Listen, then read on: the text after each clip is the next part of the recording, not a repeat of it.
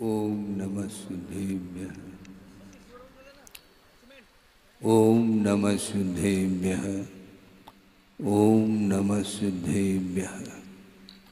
मंगलम भगवान वीरो मंगलम गौतमो वने मंगलम कुंद कुंदाद्यो जैन धर्मोस्तु मंगलम सर्वमंगल मांगल्यम सर्वकल्याणकारकम प्रधानम सर्वधर्मानां जैनम जयतु शासनम। अहिंसा परमो धर्म की महावीर भगवान की प्रातः स्मरणे परम पूजाचार्य गुरुवर श्री विद्यासागर जी मुनि महाराज की है। क्या करते हैं?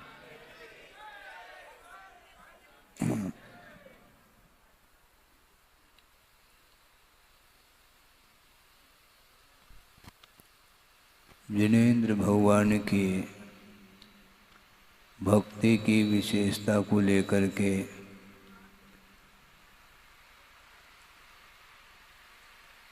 भक्ति जब करते हैं उस समय एक श्लोक पढ़ने को मिलता है और वह भक्ति की विशेषता को सूचित करने वाला श्लोक है कि एकापि समर्थेयम जन भक्तिर दुर्गतिम निवारयितुम पुण्यानि च पूरयितुम दातुम मुक्तिश्रियम कृतिनः। इस प्रकार श्लोक आता है। एकापि इयम भक्ति समर्था जन भक्ति, जिनेंद्र भगवान के प्रति की गई जो भक्ति है वह अकेली भक्ति ही समर्थ है। क्या करने में समर्थ है? दुर्गतिम निवारयितुम, दुर्गति से बचाने वाली वह भक्ति है। और आप लोगों को कौन सी गति मिली है? दुर्गति तो मिली नहीं, क्योंकि इस मनुष्य पर्याय से ही स्वर्ग आदि को प्राप्त करना तो कोई बड़ी बात नहीं है, किंतु इस मनुष्य पर्याय के माध्यम से ही मुक्ति मिलती है। इसलिए इसको सद्गति के रूप में स्वीकार करना चाहिए। प्राय करके व्यवहार में देखने को मिलता है, किसी का अवसान हुआ है तो वह स्वर्गीय लिखता है, जो चला गया वो नहीं लिख रहा है, किंतु उनके जो मेंबर हैं वे लिखते हैं स्वर्गीय अमुक अमुक व्यक्ति। किंतु आचार्य कहते हैं स्वर्ग को प्राप्त करना ये बहुत अच्छी गति नहीं मानी जाती। सद्गति इसको हम इसलिए मानना नहीं चाहते हैं। पुण्यार्जन करके स्वर्ग आदि को प्राप्त करना अलग वस्तु है, किंतु स्वर्ग से मुक्ति नहीं मिलती है। सिद्धालय बहुत पास है, निकटवर्ती है। सरवार सिद्धि में जो अहमिंद्र रहते हैं उनसे जो सिद्धालय है वो ज़्यादा दूर नहीं है, कुछ ही योजनों में वह सिद्धालय आ जाता है। किंतु वहाँ से सरवार सिद्धि से 33 सागर की जिन्हें आयु मिली है और वहाँ पर सारे सम्यक दृष्टि ही उत्पन्न होते हैं और वहाँ से मोक्ष प्राप्त करने के लिए पुरुषार्थ कर भी ले तो भी उन्हें मुक्ति इसलिए नहीं मिलती क्योंकि देवगति में संयम उपलब्ध नहीं है। सम्यक दर्शन को तो प्राप्त कर लेता है अथवा सम्यक दृष्टि ही वहाँ पर उत्पन्न होता है, किंतु वहाँ पर देश संयम और सकल संयम को अंगीकार करने के लिए जो उपयुक्त भाव होना चाहिए वो भाव नहीं हो पाते हैं, क्योंकि वैकृक शरीर है और औदारिक शरीर के अलावा वैकृक शरीर में संयम को धारण करने के लिए वो उपयोगी सिद्ध नहीं होता है। इसलिए देव गति से भी मनुष्य गति को हम अच्छी गति मानते हैं। और आप लोग किस गति में हैं? मनुष्य गति में हैं। सोचो विचार करो। और एकापि समर्था इयम भक्ति जन भक्ति, दुर्गतिम निवारयितुम समर्था, ऐसा कहा। दुर्गति से बचाने में सक्षम ये अकेली भक्ति है। भक्ति का महत्व समझ में आना चाहिए। निरंतर भक्ति करते हुए भी वह दुर्गति से संसारी प्राणी बच नहीं पा रहा है, तो वह भक्ति कर तो रहा है, किंतु उसके भीतर कौन कौन से परिणाम हैं इसका परिज्ञान हमें नहीं हो सकता। आपके भीतर कौन से विचार चल रहे हैं यह विषय मेरे बुद्धि का विषय नहीं। आप प्रभु के सामने बैठो क्या अन्यत्र बैठो, आपके विचार कौन से विचार उत्पन्न हो रहे हैं। जिनेंद्र भगवान की भक्ति के रूप में विचार आपके भीतर है, तो निश्चित रूप से उस भक्ति के माध्यम से दुर्गति टल सकती है, टलती है। और दुर्गतिम निवारयितुम और पुण्यानि च पूरयितुम, जो पुण्य को पूरने वाली वह भक्ति है। भक्ति के माध्यम से ही पुण्य का साथ से पुण्य का संचय भी किया जा सकता है, करने वाले करते हैं। और दातुम मुक्ति श्रियम कृतिना, ऐसा कहा। उस भक्त के लिए मोक्ष रूपी लक्ष्मी को भी वह दे देती है। वही भक्ति है। भक्ति करते रहो, मोक्ष रूपी लक्ष्मी आपको मिलेगी। किंतु हाथ में जो लक्ष्मी ले रखी है अर्थात धन संपदा, उसका विमोचन करना अनिवार्य सिद्ध होता है। उसके बिना मोक्ष रूपी लक्ष्मी संभव नहीं है। तो मोक्ष को प्राप्त कराने में भी क्षमता उसी भक्ति में है, और सद्गति या दुर्गति को बचाने की भी क्षमता उसी लक्ष्मी में है। और पूरयितुम पुण्यानि च, ऐसा पुण्य को, पुण्य का संचय जो होता है, वैसे देखा जाए पुण्य एक पापान बंदी भी पुण्य होता है और एक पुण्यान बंदी भी पुण्य होता है। पापान बंदी जो पुण्य होता है उसके साथ पाप भी लगा हुआ है। पुण्य का अर्जन भी कर रहा है, किंतु उसका उद्देश्य ठीक नहीं है। विषयों की इच्छा के साथ वह पुण्य का अर्जन कर रहा है। हाथ में जो थोड़ा बहुत क्या जो अर्थ धन है तो उसको छोड़ रहा है, क्योंकि अधिक की इच्छा है। जो छोड़ रहा है धन को, वह उत्तम त्याग के कोटि में इसलिए नहीं आता क्योंकि छोड़ने के उपरांत उससे भी कई गुना धन प्राप्त करने का भाव उसके अंदर है, इसलिए वह त्याग उत्तम त्याग के कोटि में नहीं आ सकता है। जैसे समझने के लिए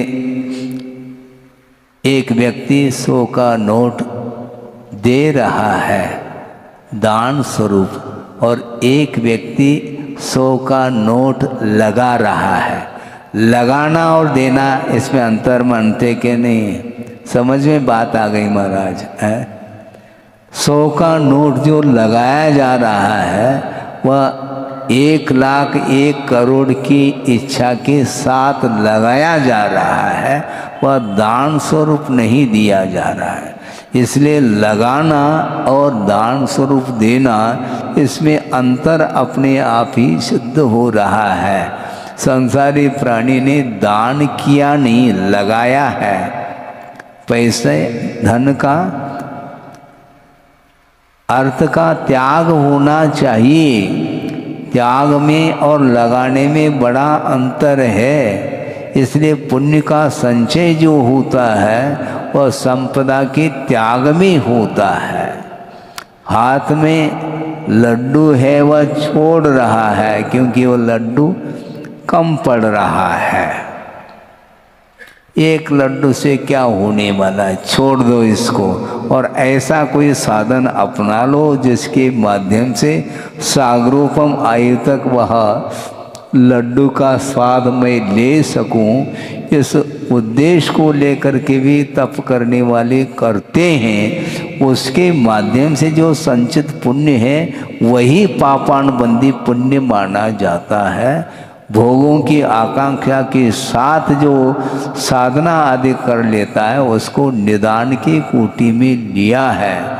इसलिए भोगों की आकांक्षा का नाम निदान है। उस निदान को छोड़ करके कर्म क्षय के प्रयोजन को लेकर के यदि कोई तप करता है वह उत्तम तप के कोटि में आता है, और उसके द्वारा जो पुण्य संचित होता है वही वस्तुतः मोक्ष के प्राप्ति में परंपरा से कारण सिद्ध होता है।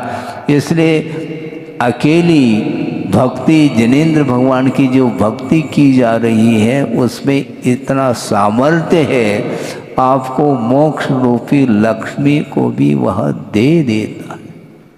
भक्ति में ऐसी क्षमता है, इसलिए आप भक्ति करो, प्योर करना चाहिए, मिक्सिंग नहीं, प्योर। बहुत कठिन काम है। गुरुदेव ने एक बार अच्छा कहा था कि वर्तमान में इस कलिकाल में सब कुछ मिक्सिंग है। जहर भी यदि मिल जाए तो भी मिलावट, उसमें भी मिलावट, मतलब प्योरिटी उसमें भी नहीं है, इसको बोलते। इसलिए भक्ति करो, भगवान की आराधना करो, उसमें किसी भी प्रकार से मिलावट नहीं होना चाहिए। हाँ, और मिलावट है तो उसमें गिरावट है, फिर उस भक्ति के द्वारा कभी भी उन्नति नहीं हो सकती है। किसी भी प्रकार से भौतिक पदार्थों की इच्छा रखे बिना जो भगवान की आराधना की जाती है उसके माध्यम से ही भगवत पद की उपलब्धि भी होती है, ऐसा कहा है। आप भगवान बनना चाहो क्या बागवान है? भगवान और बागवान में कोई अंतर है क्या? नहीं, बहुत बड़ा अंतर है। भगवान बनना चाहो तो निश्चित रूप से प्योर भक्ति करो, और आज हमें समझ में नहीं आती भक्ति, तो आप कब समझ में आएगी आपको? कहीं भी रहो, भगवान के चरणों में रहो तो और अत्युत्तम है। मान लो हमेशा भगवान के चरणों में रहने का अवसर नहीं मिलता है, कहीं भी रहो किंतु भगवान को याद करते रहो। दुकान में भी रहो तो कम से कम भगवान को भूलना नहीं चाहिए। यदि प्रॉफिट चाहते हैं तो भगवान को हमेशा याद रखो। हाँ, दुकान चलेगी आपकी, किंतु संसारी प्राणी उसकी जो इच्छा है, उसकी जो तृष्णा आशा है वह कभी समाप्त नहीं होती है, और की जो भूख है वह बनी ही रहती है। प्यास कभी बुझती नहीं उसकी। रात दिन बारिश हो रही है उसके बाद भी प्यास बुझती नहीं। किसकी? धर्मामृत की वर्षा हो रही है मान लो, इसके बाद भी प्यास बुझती नहीं। और कौन बुझाए? अन्यथा नहीं लें, क्योंकि सबकी हालत है, केवल आपकी हालत की मैं बात नहीं करना चाहता, किंतु अतीत की ओर मैं दृष्टि रखता हूँ तो मैं भी उसी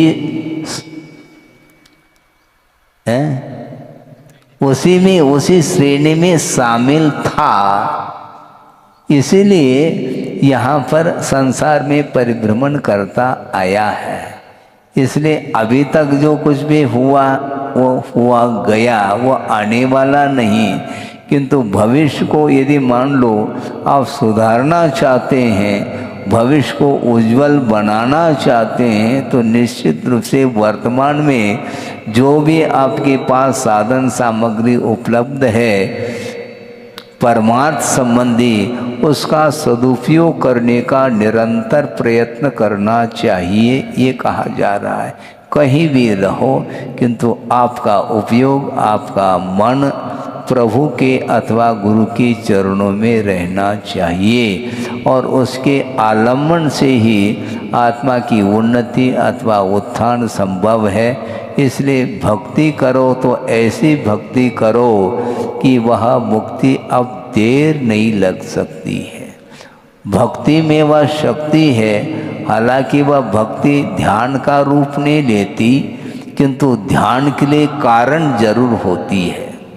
ध्यान में प्रवेश करने के लिए प्रभु की और गुरु की वंदना और भक्ति में हम लीन होते हैं तो निश्चित रूप से उसके माध्यम से ही साथ से पुण्य का संचय भी होता है और उसके माध्यम से ऐसी एक शक्ति, ऐसा एक मनोबल जिसको बोलते हैं और शारीरिक बल उत्पन्न हो जाता है, दीर्घ सहनन प्राप्त हो जाता है और विशेष रूप से कर्म के क्षय करने की योग्य शक्ति प्राप्त जब होती है, उसका सदुपयोग करता है तो निश्चित रूप से उसके माध्यम से कर्म का क्षय होता है। इसलिए कर्म के क्षय के उद्देश्य को लेकर के भक्ति करने के लिए ये पर्याय मिली है। इसलिए निरंतर समय का सदुपयोग करिए। गुरुदेव का बार बार कहना रहता है, यह पर्याय मिली है, दीपक आपने जला दिया है, किंतु दीपक जल रहा है क्या? जल नहीं रहा, प्रति समय वह बुझने की ओर है। तेल जल रहा है और तेल जब तक रहेगा तब तक दीपक रहेगा और तेल जल करके जब समाप्त होता है तो उसी समय दीपक भी बुझ जाता है। इसलिए आयु कर्म रूपी ये दीपक, ये तेल जल रहा है, इसलिए पर्याय है। और जिस समय आयु कर्म का अवसान होता है उस समय बाद में कौन सी पर्याय मिलेगी इसके बारे में कोई भी गारंटी नहीं है। अवसान के पूर्व में ही आयु कर्म का बंद कर लेता है संसारी प्राणी और आयु कर्म के बंद के योग्य जो परिणाम होते हैं उस समय किस किस्म के परिणाम होते हैं वो हम जान नहीं पाते हैं, बुद्धिपूर्वक परिणाम किए नहीं जाते हैं और निरंतर आपकी चेष्टाएं चलती रहती है, चाहे वह मानसिक चेष्टा हो, चाहे वाचनिक हो, चाहे शारीरिक हो। उन चेष्टाओं के माध्यम से विचार उत्पन्न होते ही रहते हैं और उन परिणामों में यदि मान लो निर्मलता है तो विशुद्धि आदि है तो उसके माध्यम से सद्गति मिल सकती है। हमेशा संसारी प्राणी का पतन ही होता है ऐसा नहीं, हमेशा उत्थान ही होता है ऐसा नहीं। समय समय पर कर्म का जब उदय आता है तो अप डाउन की स्थिति बनी रहती है। आप दुकान खोलते हैं तो हमेशा प्रॉफिट ही होता रहता है क्या? लॉस होता है क्या? नहीं, लॉस भी होता है, कभी प्रॉफिट होता है, कभी no loss no profit, as it is, जैसा है वैसे वह बना रहता है, ये होता रहता है। ये परिणति ये हमेशा बनी रहती है, परिणाम हमेशा स्थिर नहीं रह सकते हैं, उसमें उतार चढ़ाव तारतम्य बना रहता है। तुलनात्मक दृष्टि से परिणामों में कभी वृद्धि कभी ह्रास ये होता रहता है। उस ओर ज़्यादा ध्यान नहीं देते हुए कर्तव्य को सामने रखते हुए हम चलते हैं तो निश्चित रूप से अपना भी हित हो सकता है और दूसरे का भी हित हो सकता है। और जो व्यक्ति दूसरे के हित के लिए कटिबद्ध होता है तो उसका हित तो नेट है, पक्की बात है।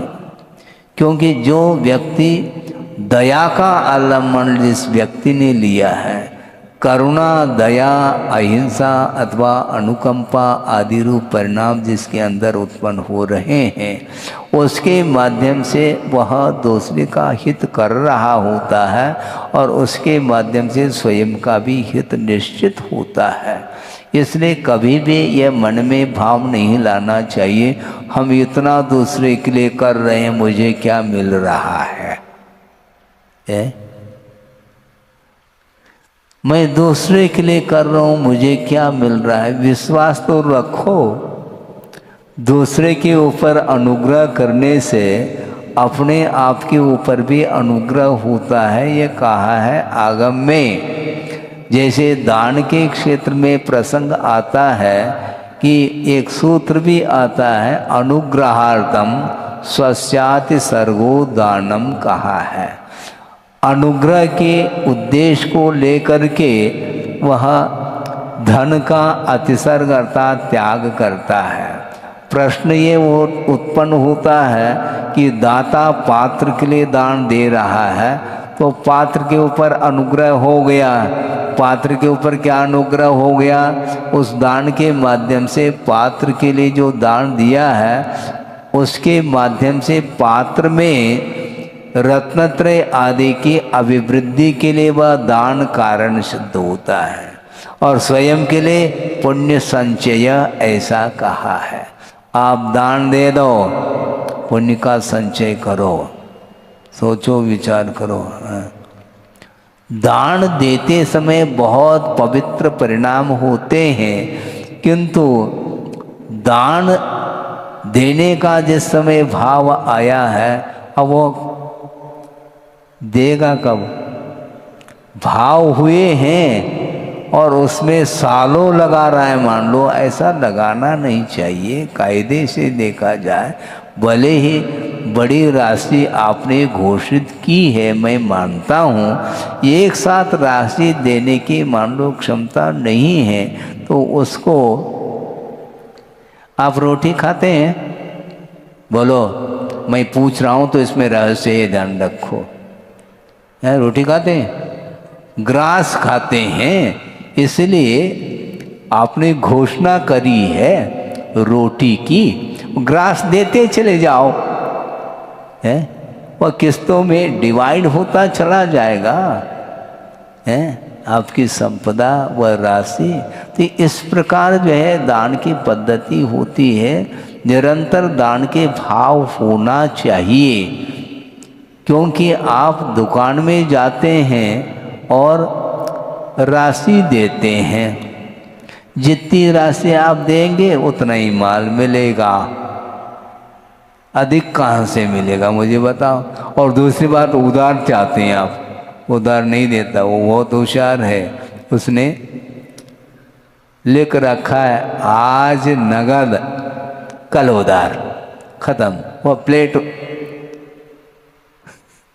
दिखता है प्रतिदिन जाएगा, तो कल आपने कहा था ना उधार, तो वही तो, इसलिए तो मैं कह रहा हूँ ना, आज नगद दे दो, कल उधार दे देना, उधार मिल जाएगा कल। आज नगद कल उधार, और उल्टा हो रहा है। आज नगद देना चाहिए ना, तो देंगे तो निश्चित रूप से संचित होगा पुण्य। पुण्य संचित होगा क्या नहीं होगा, इस प्रकार का विकल्प मन में नहीं लाना चाहिए, क्योंकि विश्वास के ऊपर ही यह धर्म खड़ा हुआ है। ये नींव है, फाउंडेशन, मोक्ष मार्ग की प्रथम सीढ़ी कहा है। किसको? सम्यक दर्शन को, आस्था को, श्रद्धान को। और या बिन ज्ञान चरित्रा कहा। सम्यक दर्शन के अभाव में ज्ञान और चरित्र का कोई मूल्य नहीं है, क्योंकि उसमें समीचीनता जो आती है और सम्यक दर्शन के आस्था के माध्यम से आती है। इसलिए बड़ी आस्था के साथ आप निरंतर धर्म की आराधना करते रहो, तो आपके लिए बहुत ही जल्दी उस भक्ति का फल मिलने वाला है। और आज हम निरंतर कर रहे हैं भक्ति, कहाँ के लिए?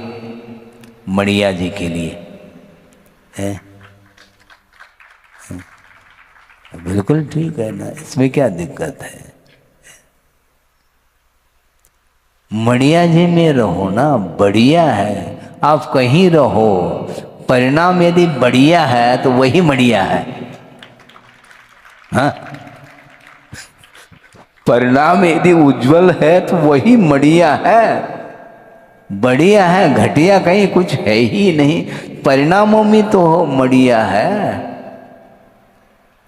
हाँ, क्षेत्र है और क्षेत्र में रह करके निरंतर हम परिणाम को उज्जवल बना सकते हैं। और दूसरी बात, आप लोग हमेशा मड़िया जी में रहते हैं ऐसा तो है नहीं, सिटी तो जाते ही रहते, हमेशा सिटी बजती रहती है।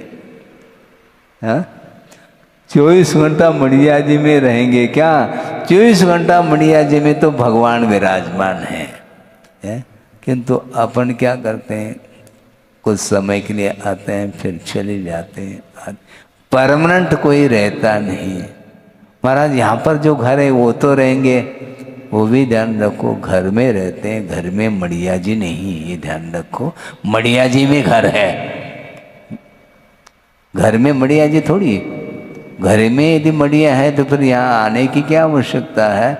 इससे स्पष्ट है, जिनालय में आप प्रवेश करो, निश्चित रूप से वह मड़िया है। कोई किसी भी मंदिर में प्रवेश करो और सोचो ये जम्बू द्वीप है, और इस जम्बू द्वीप में भरतक क्षेत्र में गुरुदेव के आशीर्वाद से नंदीश्वर द्वीप की रचना आप ही लोगों ने तो की है। जबलपुर समाज के द्वारा ही यह रचना बनी है, और इसमें बैठ करके पूजन अर्चन करते रहो, निरंतर करो, तो निश्चित रूप से वही आनंद आएगा जो नंदेश्वर द्वीप में साक्षात प्रभु के दर्शन या वहाँ पर स्थापित जो प्रतिमाएं हैं उनके दर्शन करने में जो आनंद आता है, वही आनंद यहाँ पर हम लूट सकते हैं। लूटने वाला चाहिए, हाँ, किंतु धन लूटेगा तो धर्म को लूट लेंगे हम, और धन को हम अपने पास रखेंगे तो निश्चित रूप से फिर धर्म लूटेगा। है? आनंद लूटना चाहो तो धर्म की आराधना निरंतर करते रहिए। आपका समय हो गया है, संक्षिप्त में हमने यही आपके सामने भाव रखा है कि निर्मल परिणाम के साथ भगवान की प्रभु की भक्ति करते हैं, निश्चित रूप से धीरे धीरे धीरे विकास भले ही हो, इसमें कोई बाधा नहीं, क्योंकि वर्षा धीरे धीरे होती है तो वह अच्छी मानी जाती है, क्योंकि उसमें तेजी से यदि वर्षा हो जाए तो वह बह जाता है पानी, किंतु धीरे धीरे बारिश होती रहे तो निश्चित रूप से वह जमीन में नीचे तक वह पानी पहुंच जाता है। उसी प्रकार धीरे धीरे भक्ति करो, किंतु निरंतर भक्ति करने से उसका फल सामने आ जाता है, पता तक नहीं पड़ता कि ये किसका परिणाम है, ये भक्ति का परिणाम है क्या और किसका परिणाम है। इसीलिए आस्था बहुत बड़ी चीज़ है। आस्था को बिल्कुल और मजबूत बनाते हुए, परिणामों को निर्मल बनाते हुए अपने जीवन को व्यतीत करने का पुरुषार्थ करेंगे। निश्चित रूप से हमें जो हमें चाहिए, जिसकी हमें इच्छा है, प्रभु बनने की इच्छा है, तो निश्चित रूप से आप प्रभु बन सकते हैं। बने इस पवित्र भावना के साथ। अहिंसा परमो धर्म की जय। बोधि समाधि परिणाम शुद्धि स्वात्मोपलब्धि शिव शोक सिद्धि। चिंतामणिम चिंतित वस्तुदाने त्वां वंदमानस्य ममास्तुते। परम